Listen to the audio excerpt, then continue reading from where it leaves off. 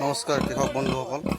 আজি মোৰ এজনী গাহৰি জন্ম হৈছে। তেওঁ ফাৰ্ষ্ট ফেয়াৰিং, প্ৰথমবাৰে 7টা পোৱালি দিছে। খুব সুন্দৰ চেহেৰা, গ্ৰথো ভাল। প্ৰথমবাৰতে